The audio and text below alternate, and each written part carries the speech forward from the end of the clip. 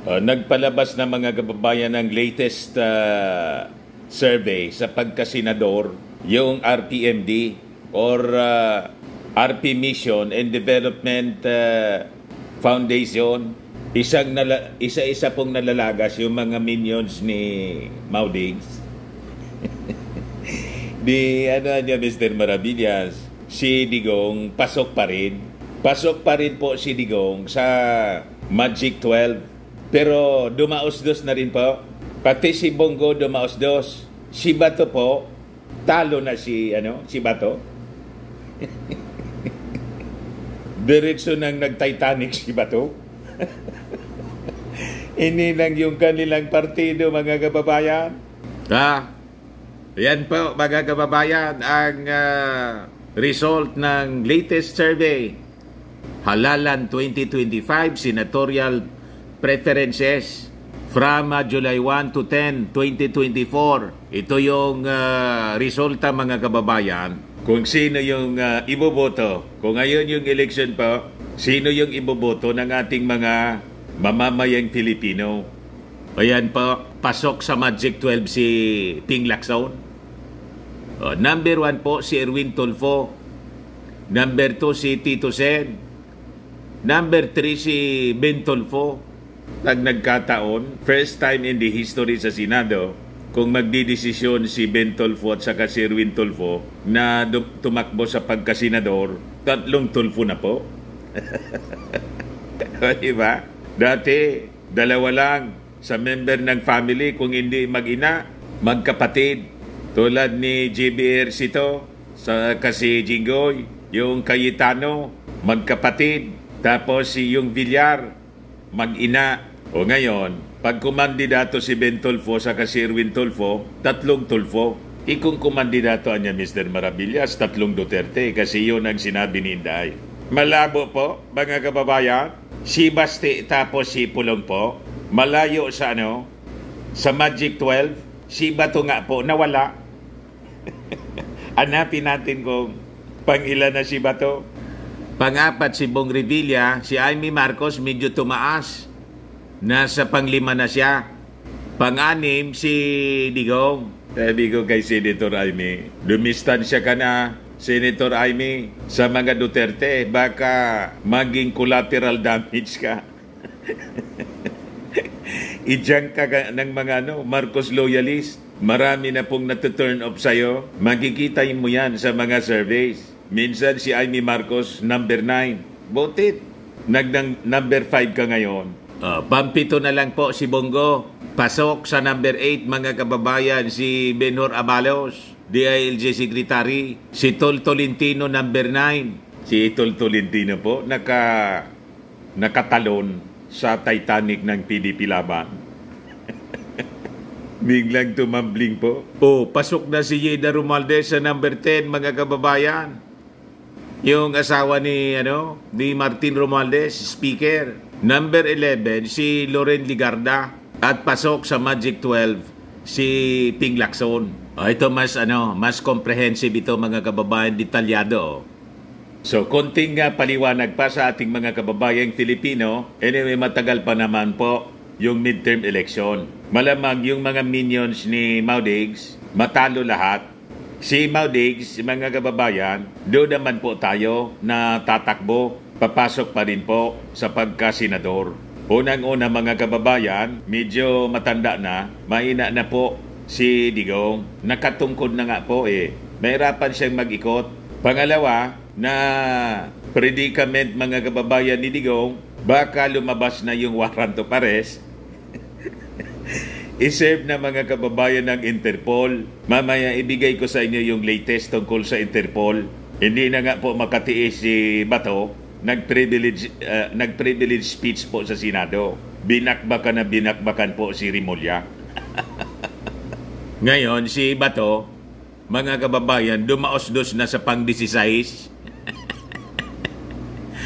60 na lang po siya. Pang-12 si Ping, pang-13, mga kababayan, si Manny Pacquiao, may tsansa pa to. Pang-14, si Cayetano. Matatalo, mga kababayan, si Cayetano. Pati si Lito Lapid. 36.6%. Si Senator Pancher po, pang 16 na lang. Congratulations! Ito man talaga po yung inaasahan natin. At pag naliwanagan yung ating mga mamamayang Pilipino po na kailangan nilang iboto yung may pagmamahal sa ating bansa, hindi po yung pro-China. Malamang lahat ng mga minions ni Digong matalo po. O ito po yung mga palatandaan. Pang 17 mga kababayan, 17 to 18 si Doc Willie Ong, si Abby Binay sumunod pang 18, 19 si Gringo Hunasan, pang 20 si Gibo. Si Gibo naman po, wala man yatang yatang plano na tumakbo sa pagkasenador. Masaya na siguro si Gibo as Defense Secretary. Pang 21 po si Wilbert Lee ng Agri-Party List.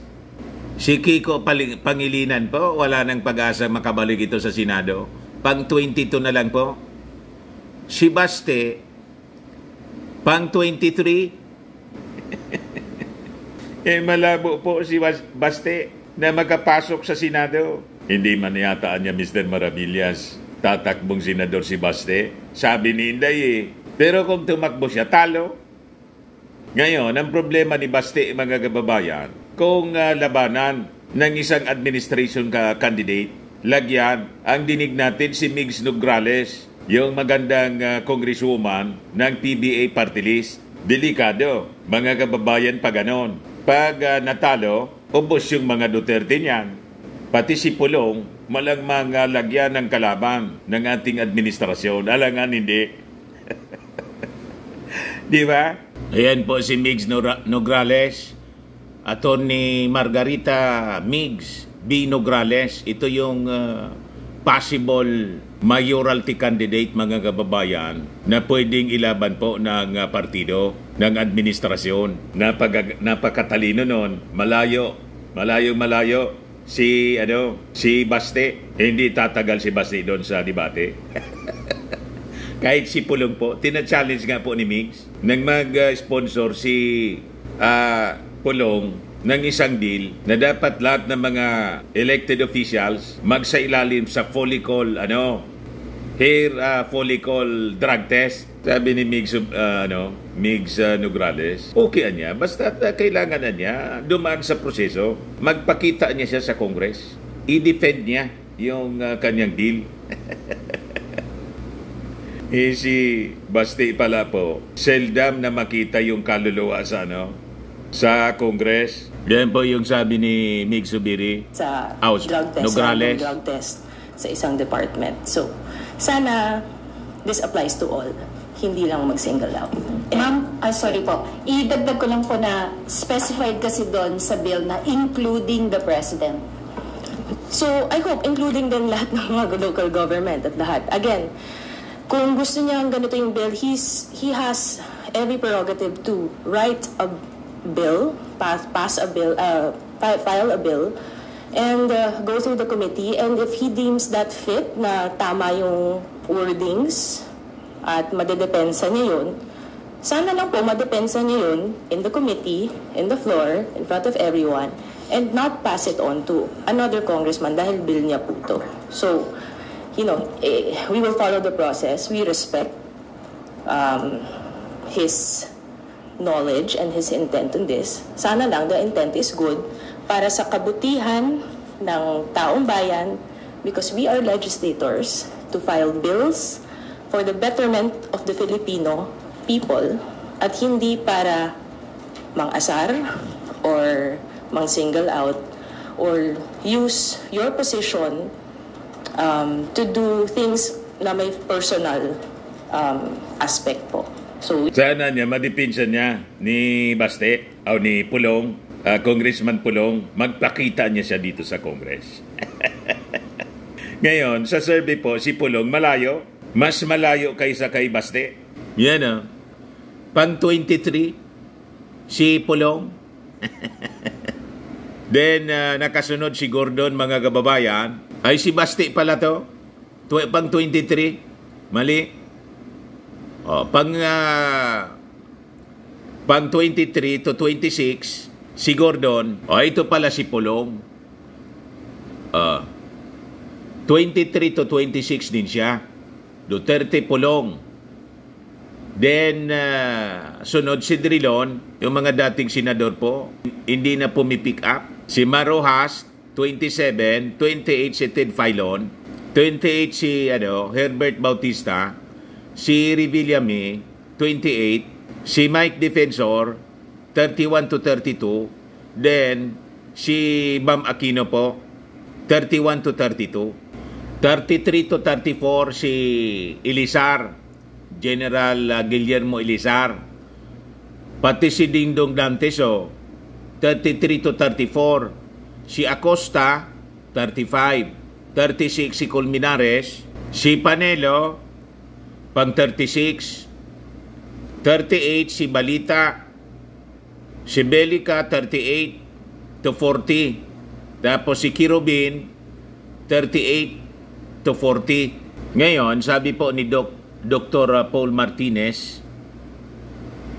isang Global Affairs Analyst and Executive Director ng RPMD, he emphasized that the Boses ng Bayan survey offers an electrifying glimpse into the leading senatorial contenders while reflecting the rich diversity of political opinions across the Philippines. As the 2025 elections loom, these insights provide a crucial lens through which voter preferences and the evolving political landscape can be understood. According to Dr. Martinez, the survey engaged a sample of 10,000 adult respondents. Mas komprehensibo siya po, mas malaki yung numbers ng mga respondents na sinurvey. Usually, yung SWS, Okta, Pulse Asia, 1,200 lang po yung mga respondents. Pero ito mas malawak pa, mas malawak po siya, 10,000. From an electorate of 65 million voters, ensuring a highly accurate analysis with a margin of error of just 1% in a confidence level of 95%. The extensive coverage niya and rigorous survey rigorous survey design were intended to capture the prevailing sentiments of the Filipino people, offering an indispensable barometer of the national mood as the country gears up para dito po sa 2025 midterm elections. So sabi natin, konting paliwanag pa sa ating mga botante na we have to reject pro-China politicians. Pag hindi po, patuloy pong mamimirwisyo sa atin itong mga minions ng China. Imbes na tayo po nagkakaisa, napasok pa tayo ng mga tinatawag na Manchurian candidates. Huwag nating ayaan po na magsisweldo po tayo ng mga leaders natin, lalo mga senador, na imbes lingkuran ang interes ng ating bayan, interes ng mga dayuhan po, lalo na ng China, na walang tigil po sa pambubuli po. And they are not respecting our sovereignty. They're making a creeping invasion dito po sa ating territory. Payag kayo sa ganon? So, we have to totally reject candidates po na pro-China.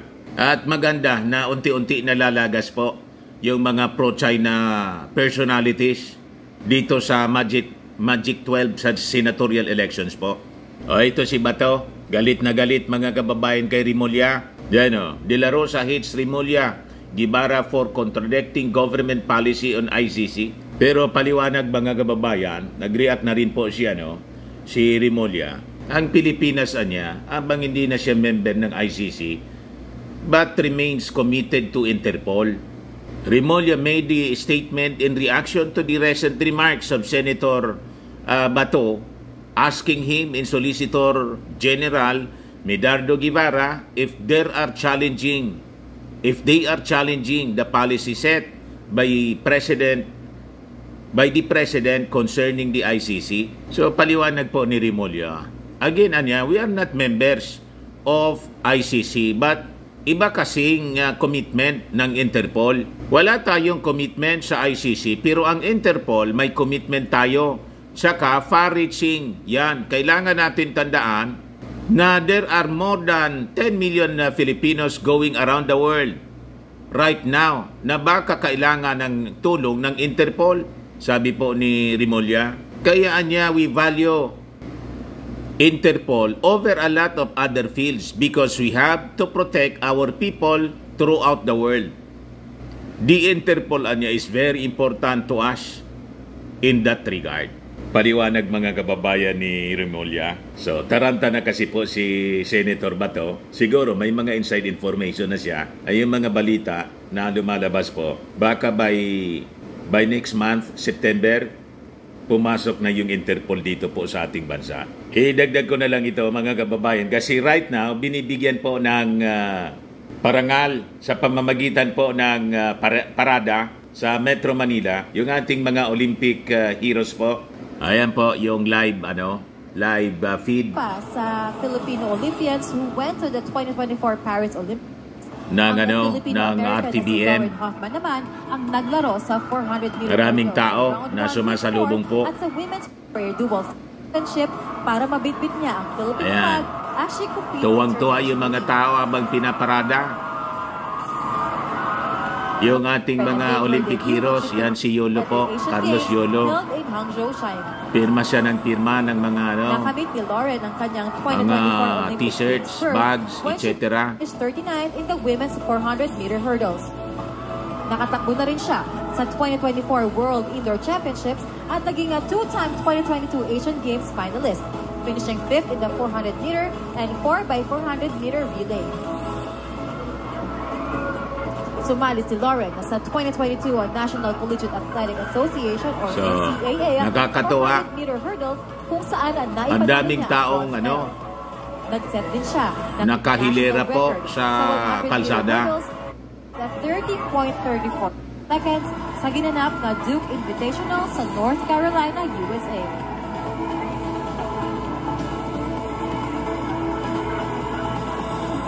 Welcome parade siya, pagbibigay dangal to the Filipino Olympians as they celebrate their honor in representing the Philippines dito po sa Paris Olympics 2024. Ayan po, mga kababayan.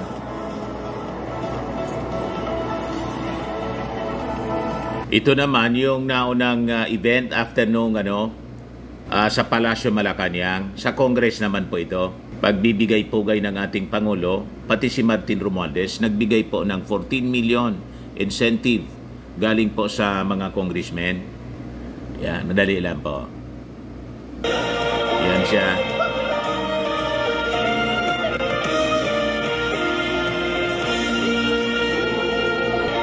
Diba? President, yun din ang mensahe niya kagabi na magkukonsultahin natin, mag-ugnayan na lang tayo, mga atleta, the sports bodies, on how we can further improve. Kaya mismo ako, alam ko, naraman ko yung sitwasyon ng aking kababayan, si Ira Villegas, tiga Tacloban. Miski talagang wala talaga siya mga resources doon. Tingnan mo, naging medalist. Pasensya na lang, Ira, na talagang nahirapan kayo doon sa pag-uumpisa. Pero abangan. Pagbalik natin sa Tacloban, makikita nyo na kung paano makikita nyo yung appreciation sa iyo. So, we thank you again for all of this. Ayan po yung naging mensahe ni Speaker of the House, Martin Romualdez. All out support niya yung ibibigay nating support sa lahat ng mga athletes ngayon. Na-inspire sila, mga kababayan, sa honor na ibinigay ng ating mga manlalaro sa Paris Olympics. O ito yung Mega World Kondo ni Kaloy Carlos Yulo. Inaward na rin po. Yan, mga kababayan. Napakaganda po, napakaluwang. Yan po, mga kababayan. Sabi diyan sa balita ng Manila Bulletin, Kaloy visits 3-bedroom condo in McKinley Hill. 100 square meters po siya, Mega World Condo sa McKinley Hill sa Taguig. Real estate giant Mega World Corporation has given Kaloy a 100 square meter fully furnished condo unit as a gift for winning 2 gold medals in the Paris Olympics 2024. 24 million yata yung halaga nito or 34 million kung di ako nagkakamali. So jackpot na jackpot po siya, no? Si Carlos Yulo po. Congratulations na lang. Sana naman yung payo ng mga netizens pakinggan po ni Carlos Yulo na makipagbati pa rin sa kanyang nanay. Honor thy father and thy mother. Yan po yung sabi sa Bible. Normal yung hindi pagkakaintindihan. Naintindihan naman natin yung natampo ni Carlos Yulo kasi pinakialaman yung pera niya. Mali naman talaga. Pero hindi yon dapat maging dahilan para isumpa na niyang tuluyan yung kanyang nanay at hindi na niya po papansinin. Di ba? Ito yung sabi rito sa bandera. Carlos Yulo pinayuhang puntahan makipag-ayos sa inang si Angelica. May mga nagsuggest na sana'y siya na yung magpakumbaba sa kanyang ina upang maging maayos ang kanilang relasyon at huwag nang pagpiestahan pa ng mga marites ang pamilya nila. Anyway, humingi na rin po, di ba, ng paumanhin, humingi na ng tawad sa kanya, yung kanyang nanay. So we pray mga kababayan, although hindi natin yan mabibigla, time will heal, ika nga. So hayaan muna natin yung sakit na humupa mga kababayan. Sa mga naghanap ng malinis and spacious fitness gym, pumunta lang po kayo sa aming Colossal Fitness Gym. We also offer Grab Car Rental with our brand new 2023 model ng Toyota Innova. We also accept booking for those who are planning to travel via PAL, Cebu Pacific, and other airline companies, local and international, and bills payment for Meralco bills, Aleco bills, PLDT, etc. Ang Colossal Fitness Gym is located at 3rd floor Security Bank Building, Landco Business Park, Legazpi City, Albay. For inquiries, look for Chilon Maravillas. Contact number 0966-802-0949. Yan po yung aming Innova. Lagi na pong matao sa amin.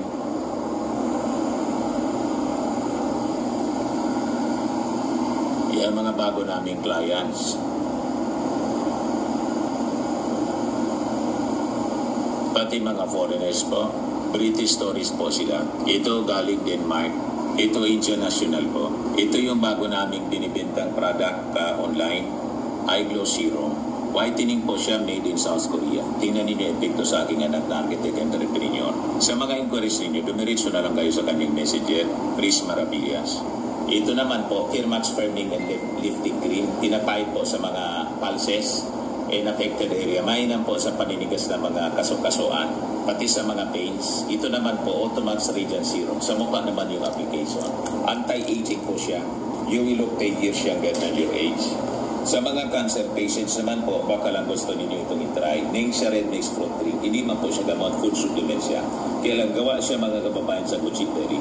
Yung goji-berry may anti-cancer properties. Ayun mga inquiries ninyo, dumiretso na lang kayo sa aming messenger sa Facebook para masagot namin agad. Ako po si Randy Maravillas. Bye-bye.